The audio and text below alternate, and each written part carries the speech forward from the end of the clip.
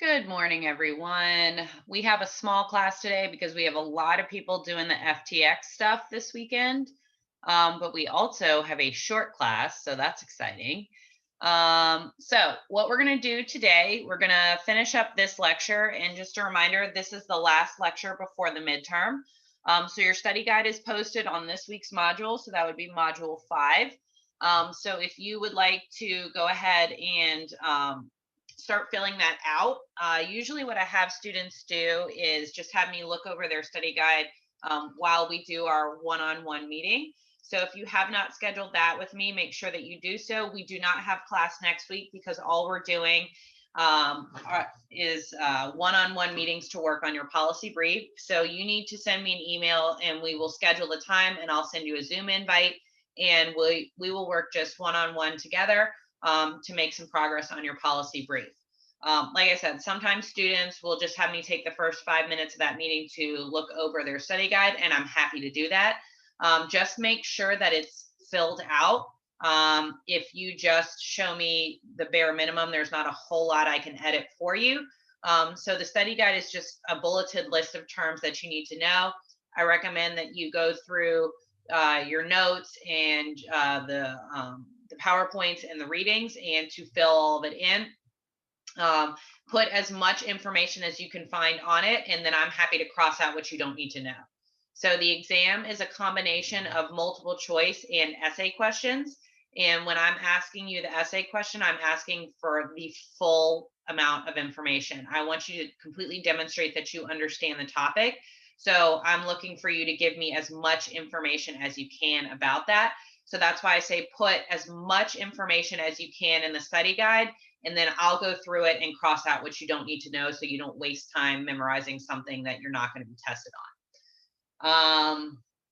Yeah, so we're not going to have class for 2 weeks after this. Next week, we're just doing one on one meetings to work on the policy brief. And next week, what we're doing, or the week after that, you're taking your exam. And then on Wednesday and Friday during class, if you'll take that time to correct your exam, I'll send an email out with instructions about how to do that. Basically, you just navigate back into your exam and it will show you the answers that you got incorrect. And for each of the essay questions, I will comment what you're missing. So when you navigate back into the exam, you'll be able to see my comments and you'll be able to see which questions you got wrong. You will see that you will also have a comment box. All I'd like for you to do is to do your corrections in that box. So for instance, if you got question 1 wrong, all I need you to write is 1 and then the answer. You don't need to rewrite the question. So it could be something like, it'll look like 1B, right? So if B was the correct answer. So you don't need to rewrite the question or the answer. If you just give me the number and the multiple choice that is correct, that's what I'm looking for the multiple choice questions. For the essay questions, if you can just give me bulleted lists of the things that you missed, right? So, for instance, if I ask you a 2-part question and you only answer half of it, and then you get half credit for it, I'll tell you in the comments, hey, you didn't answer this part of the question. So if you just can give me, bullets of what you missed, that's what I'm looking for right there. But I will send you guys a detailed email about that with examples of what I'm looking for. Do we have any questions about that? All right. Like I said, look for emails from me. I'll remind you before the exam. I will also remind you when you have the ability to. I'm only going to make the exam available to do the corrections for the remainder of that week. It's not going to be open for the rest of the semester. So basically, your grade should be posted. So you take the exam on a Monday and you have like 24 hours to take it, and then I'll start grading it. I should be graded it should be graded before class would start on Wednesday. So you'd be able to take that class time to work on that. So you'd have Wednesday through all the day, or probably up until midnight on Friday to be able to make those corrections. But again, I'll send an email with detailed instructions about that. Any questions about that? No questions? All right. Well, if you haven't emailed me about scheduling a time for the policy brief one-on-one, please make sure that you do so. The longer you wait to email me, the less likely you are to be able to have your preferred time slot be available. And the longer this goes on, the more likely we are going to have to work together on the weekend, which is no bueno for either of us. All right, so what we're going to do, class is only going to be about 30 minutes today. We just have 2 slides to go over and a short video. So let me share the screen.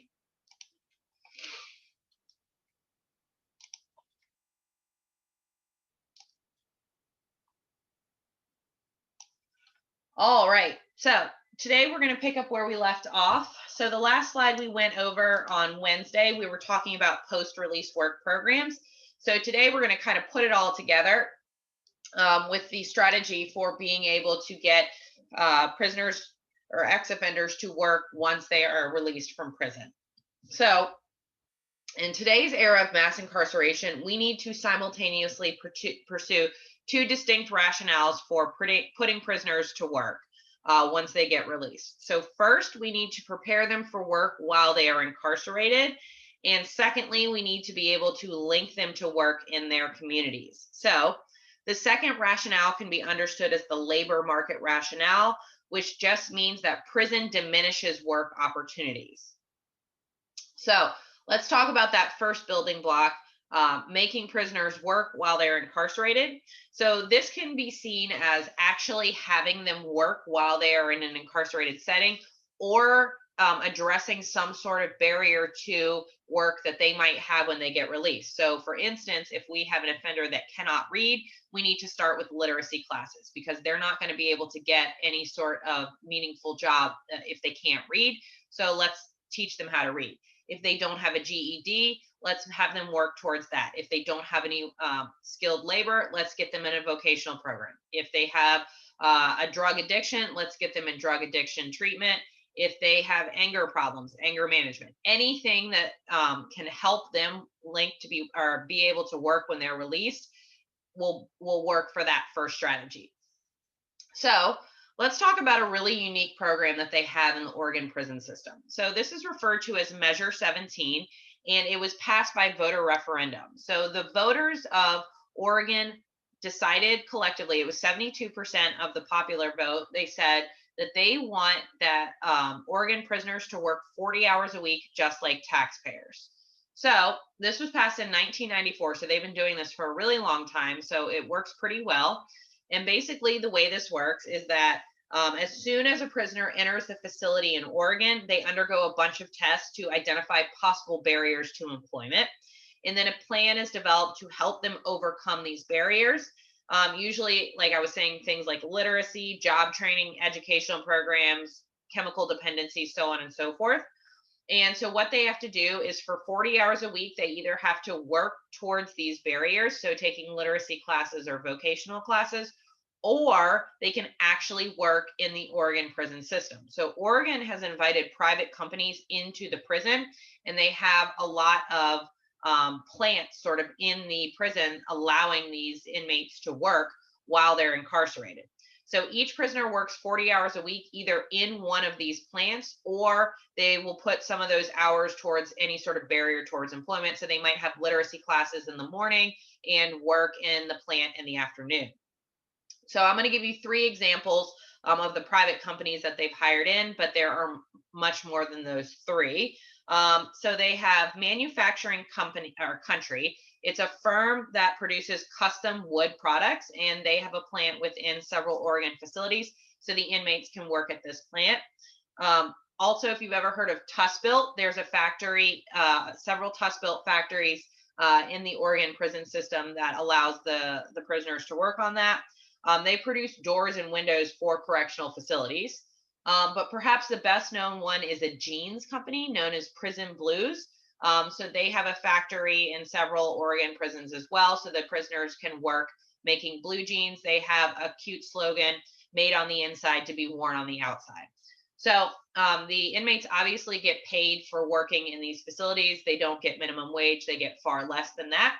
But what Oregon does is they set aside a portion of the money that they make so that when they get released, they have a modest nest egg. The rest of the money they can either send home to their family or use at the canteen or, use how they may. But Oregon definitely sets a percentage of that aside so that when they are released, they have a little bit more than that gate money. It's money that they have earned while they were incarcerated. So a prisoner that leaves the Oregon prison system has a resume based on the work experience that they did while they were incarcerated, recommendations from their supervisors because they've been working, and this sort of modest nest egg that the Oregon prison system has helped them save through the work that they've done while they were incarcerated. So they have had a 60% reduction in disciplinary write-ups since they implemented Measure 17. This is a really good thing. Anytime we can reduce prison misconduct or prison violence is a good thing. So in that number, 60%, that is a huge amount. This is not that surprising. This is part of the reason why a lot of prisons implement prison-based rehabilitation programs. Sort of the idea, devil's hand or idle hands are the devil's workshop. We want to keep the prisoners busy, and we can definitely see it's working here.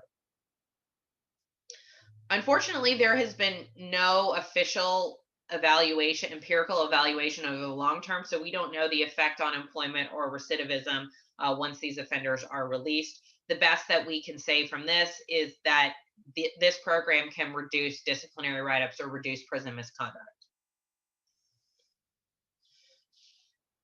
So there was no change in federal law here. It was just a matter of political will. The voters of Oregon wanted this done, and so they passed this bill. So if they can do, or they voted for this. So if Oregon can do this, other states can do it as well.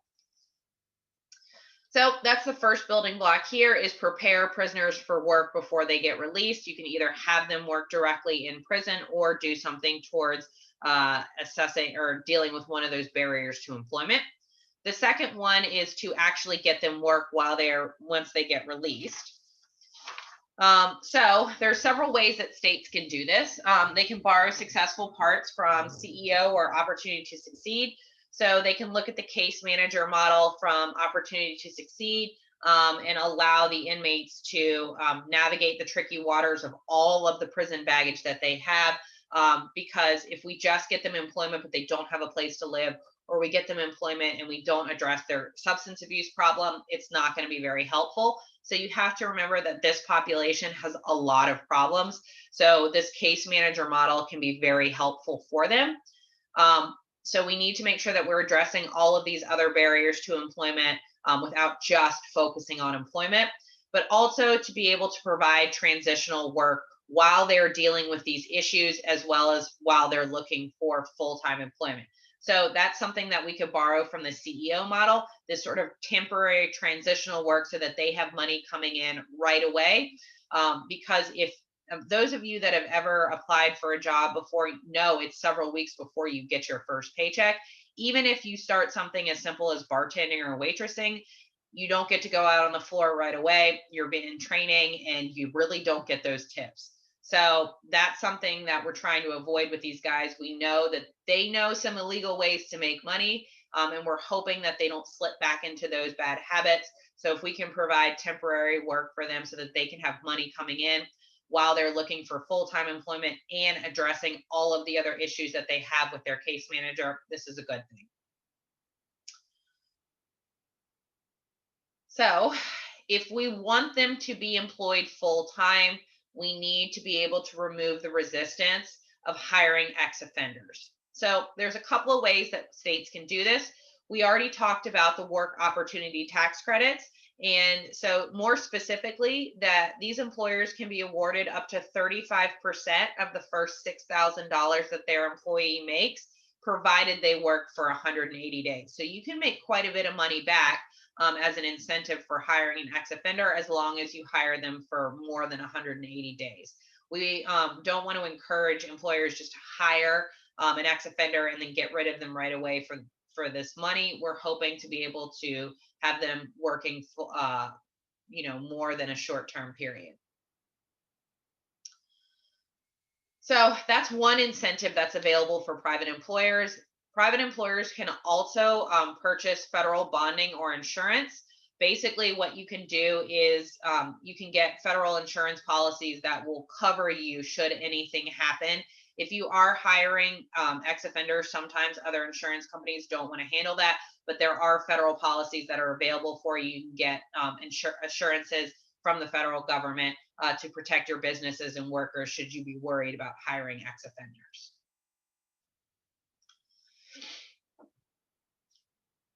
So one of the last ways we can remove resistance to hiring ex-offenders is to outsource the job screening to someone else. There was a recent survey done of thousands of private employers in the US, and they were more willing to hire ex-offenders if there was another company to screen the job applicants for them and then send them like the top 5 candidates. So for them, they didn't really want to have to scan through the resumes of thousands of ex-offenders. So if we can make them aware of the incentives and the federal bonding programs, and also make job candidate screening, if we can outsource that for them, they're much more willing to hire ex-offenders. And this is not abnormal. It's pretty common for a private employer to outsource their job screening to other companies, even when they're not dealing with ex-offenders. We see that with temporary work all the time. Actually, that was the way my husband got his first job. When we moved here, he came on with, he got hired by a temporary company who he works in IT. So this company will hire IT people and then find them jobs, temporary jobs. So he got this other company to screen him and hire him, and then they got him a job at the Charleston place, which then turned into a full-time job. So this is not something that is new to employers. Employers do this all the time. All right, so let's talk about sort of the hot new thing in corrections, and those are reentry centers. So basically, it's sort of a one-stop shop for all ex-offenders, kind of this case manager model. But let's talk about why we need these first. So a very common story among ex-offenders involves this fear of now what, the moment they are released from prison. A lot of them, if there's no one to pick you up from the prison, you were just given a bus ticket back to where you were arrested, regardless of if that's where you're from. So for instance, if I'm from Charleston, but I was arrested in Columbia, if I can't make accommodations prior to my release, they will send me back to Columbia, even though I live in Charleston. Or if you can make accommodations, they'll send me on a bus that will stop in downtown Charleston, regardless of where I live.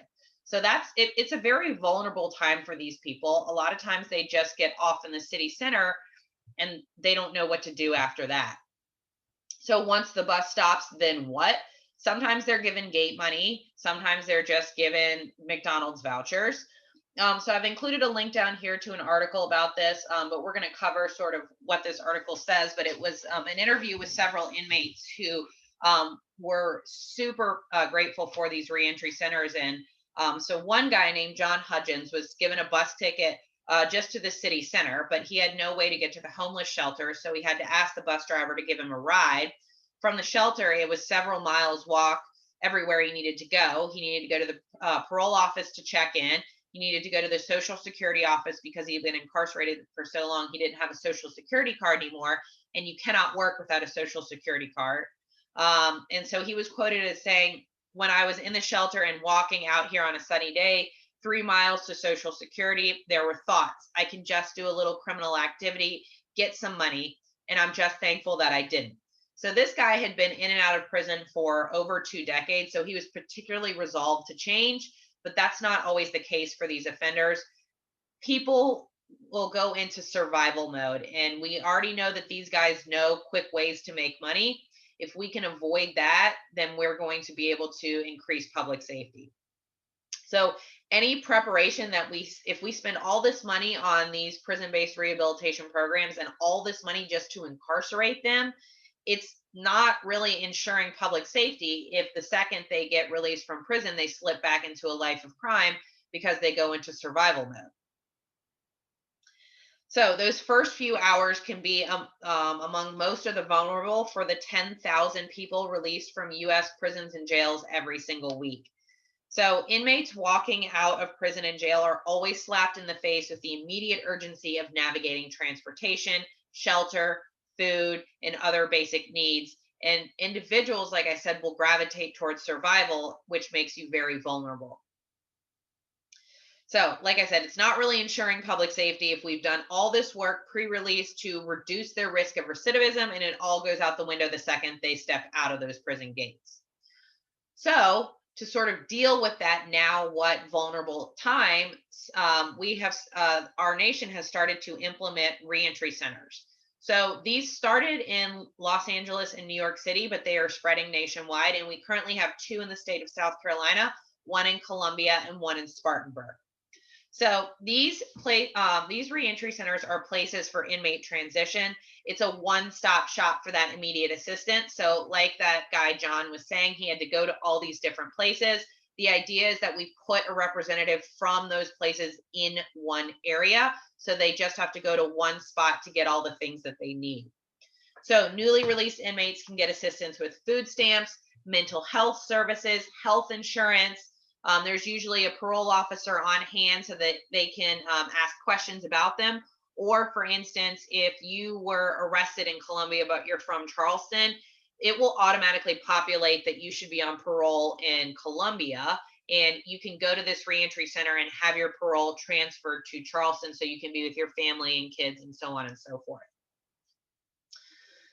Um, so oftentimes these reentry centers will work simultaneously with the pre-release centers in the prison, so they can get you started on the inside, and then when you're ready to be released on the outside, all of your information is sent over to this reentry center, so you don't have to start from scratch.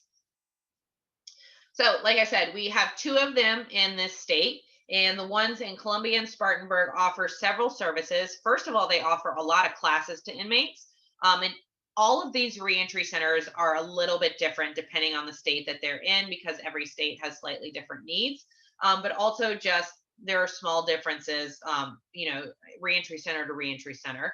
So the ones that we have here have a lot of classes available. The first class that they offer is life skills, which is very helpful for inmates, especially if they've been incarcerated for decades. So life skills includes things like how to use a computer. If you just think about somebody that was maybe incarcerated in the 80s or the 90s, the way that they used to look for a job was the wanted ads in the newspaper, which is not how we do it now. Even if you can find a job in the wanted ads, you don't mail your resume. That's not what we do anymore. Everybody has online job applications. So a life skills class will show them how to do that. Um, Things like doing their laundry, online banking. Some of them have never had a bank account. So even things like public transportation has changed just in the past 10 years. So if you're from New York City, the way that you use a Metro card is a lot different now than it was just 5 or 10 years ago. The guy, John Hudgens, that this article interviewed, said that he didn't understand. It was really embarrassing for him when he got on the bus. He tried to hand cash to the bus driver, who was like, "That's not how we do it. You have to go to this machine out here and get a card and swipe it." So it was confusing for him and embarrassing. And it's just life skills classes can sort of show them how to do things that, basically the world has passed these guys by while they were incarcerated. So it will show them how to sort of live in a modern world. So Columbia and Spartanburg, they offer life skills classes, cognitive behavioral classes. So like that turning leaf program that we looked at with the thought tracker, they offer those classes there. They offer classes on writing a resume and how to look for jobs in this modern era, conflict resolution, substance abuse treatment, and anger management as well. They also have representatives from several places. So, for instance, all state jobs it's federal law that all state jobs have to be posted on one website. So, for instance, here in South Carolina, all state jobs are posted on a website called South Carolina Works. So, there's a representative from South Carolina Works at these two reentry centers. So the inmates can walk up to them, find out what jobs they're eligible for, and apply right there in that office. They have a representative from social services. So if you should need something like that, especially if you have kids, getting food stamps, stuff like that, they make that available. There's mental health counseling referrals that they can give you. Lots of referrals, ability to have access to transportation. It's just sort of assistance with housing, employment, all of that stuff is offered at the two reentry centers that we have here in our state. But just like I was saying, every state's a little bit different. So we are going to watch a quick video on a reentry center in Arizona. And this one is different. I think it covers 2 reentry centers, but one of them has housing available for the ex-offenders. That's pretty abnormal. Most reentry centers can just assist you with finding housing or help you with transitional housing. But this one here in Maricopa County actually provides temporary housing through a 30-day program for these offenders.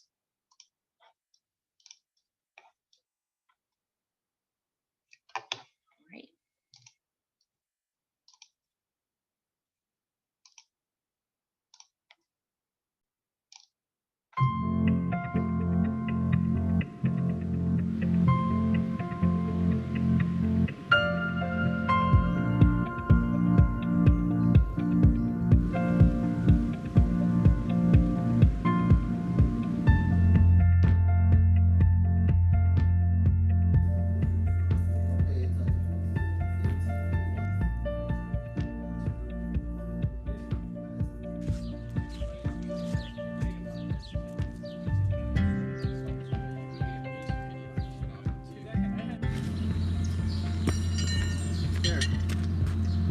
Come out to say hi.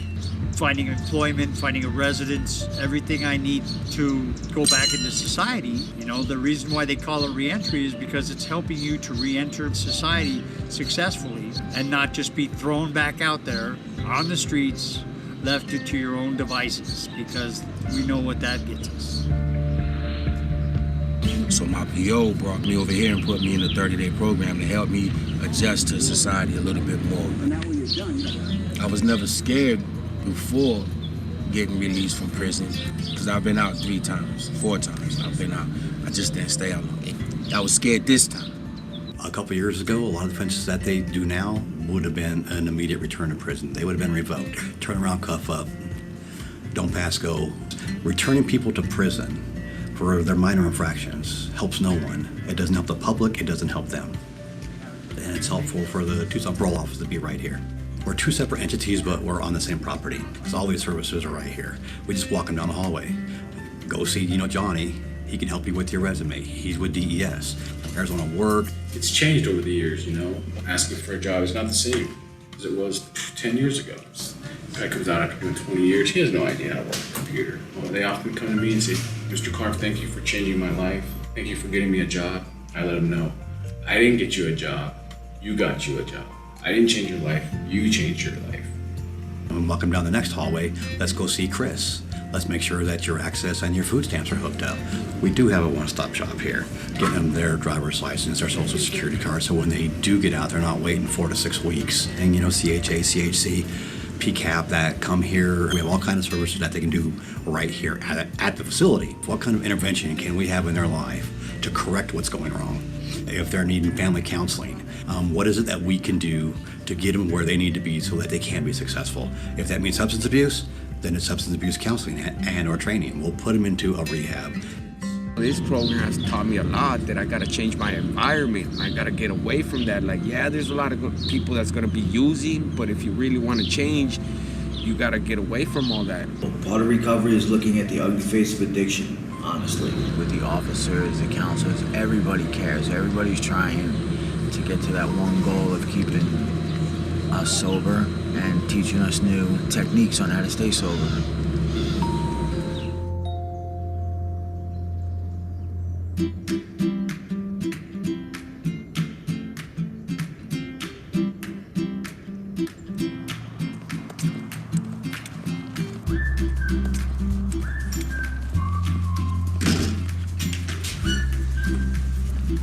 Gentlemen, Mike, did you do morning meditation already?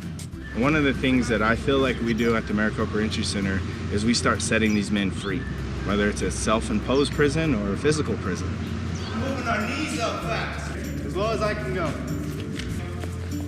Our staff, the security staff, the treatment staff, we are opening up a belief system with our offenders. They are believing that they can trust and count on the people who say they're here to help them. That didn't exist in these guys before they came here. Once you start to engage a person who's been incarcerated with an intervention, and guys have asked me, well, when is enough enough? How many times am I supposed to give them chances? I say just do it until it works. I'm that guy. 5 times. 5 times. The same people, the same ones who helped me the first time, the same ones, Justin himself. The time and effort that they put in, if you don't put in the same time and effort, you will be back. And hopefully you make it here instead of prison. 1, 3, 2, and then I'm just slipping down. So watch my knee. They go out of their way to drill into our heads that we're not in prison. They address us on a first name basis, not a inmate Hughes or your DOC number. Like, they don't make you feel like you're in that environment.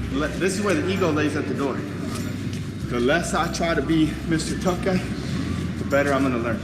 And when you don't feel like you're in that environment, then you don't feel like you have to live like you're in that environment. If my hands are not here, I'm vulnerable. If I'm not going to meetings, I'm vulnerable. I'm calling my sponsor, I'm not calling my sponsor, all right?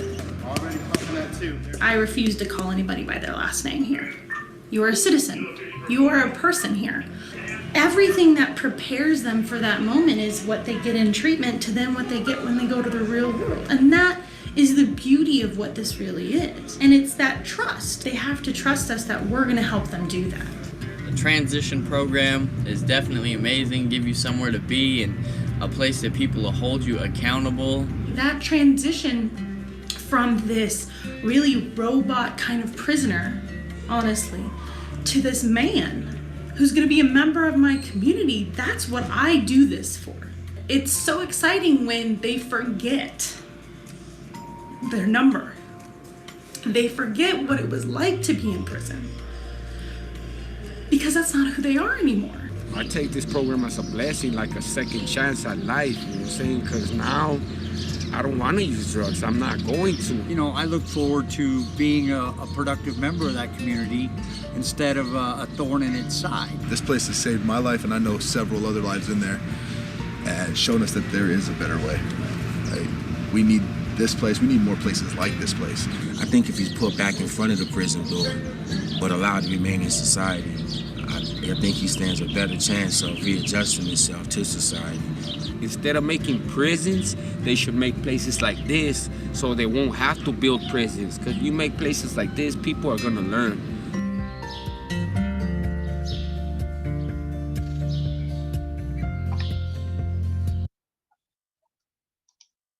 All right, so those are reentry centers.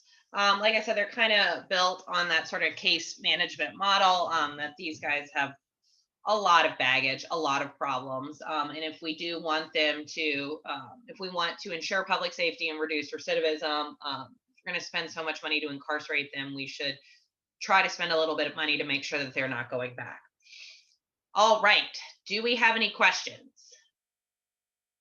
No, we're all tired on this dreary Friday. I hear that. Okay, so just a quick recap.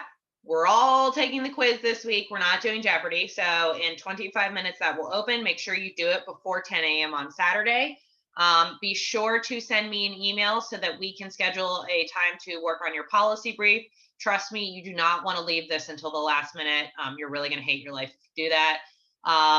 So next week, no class, just one-on-one Zoom appointments. Make sure you email me. Let's try to get these done during the week because otherwise we're going to have to work on the weekend so I could fit everybody in or push it towards next week. But I'm going to do my best to fit everyone in. But make sure you email me sooner rather than later so you get your preferred time slot. The week after that, you're taking your midterm, and then Wednesday and Friday, you're just working to correct your exams. I am going to send detailed email instructions about that. But since we aren't going to see each other for 2 weeks, please make sure you stay in contact if you have any questions. I'll be sending periodic emails to remind you of due dates and things that we're doing. And again, look for that email from me about the instructions about how to correct your exam. This hasn't changed in the 6 years I've been teaching, 5 years I've been teaching here. It's always 5 raw points. So if you get an 80 out of 90, you correct your exam, you'll have an 85 out of 90. All right. Any other questions for me? Yes, I have one. I just want to talk to you, I guess, after everyone else leaves about the Sullivan's Island thing that went out, I Oh. believe, yesterday. Yes, I can talk to you about that. All right. Other questions? Okay, everybody have a lovely weekend, and I look forward to our one-on-one Zoom meetings. And we can also work on your study guides after, or I can go over them for you. All right. See you guys at some point.